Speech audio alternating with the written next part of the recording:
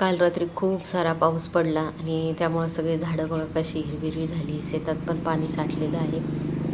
सकाळी सकाळी आभाळ आहे, ऊन नसल्यामुळं पक्ष्यांची झालेली आहे सुरुवात झाडाच्या बाहेर पडण्याची, घरट्याच्या बाहेर पडण्याची. हे 2 चिमण्या शेतात इतकं पाणी साठलेलं आहे, तिथं आंघोळ न करता हे अंगणामध्ये जे थोडंसं डबकं झालं आहे, अगदी छोटंसं डबकं आहे, तिथं छानपैकी आंघोळ करू राहिल्यात.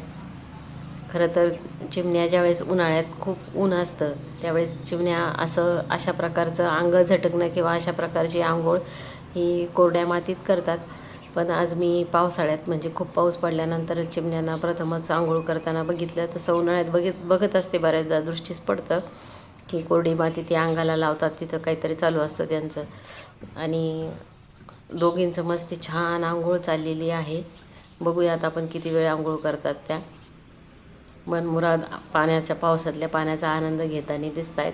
तर त्यांची आंघोळ झालेली आहे आणि आता ते वरती उडून ह्या जे तार आहे इथं जाऊन अंग झटकत बसलेले आहे. तर पाऊस पडल्यानंतर खूप छान वाटतं, पण कधीकधी अतिवृष्टी झाल्यानंतर खूप सारं नुकसान होतं.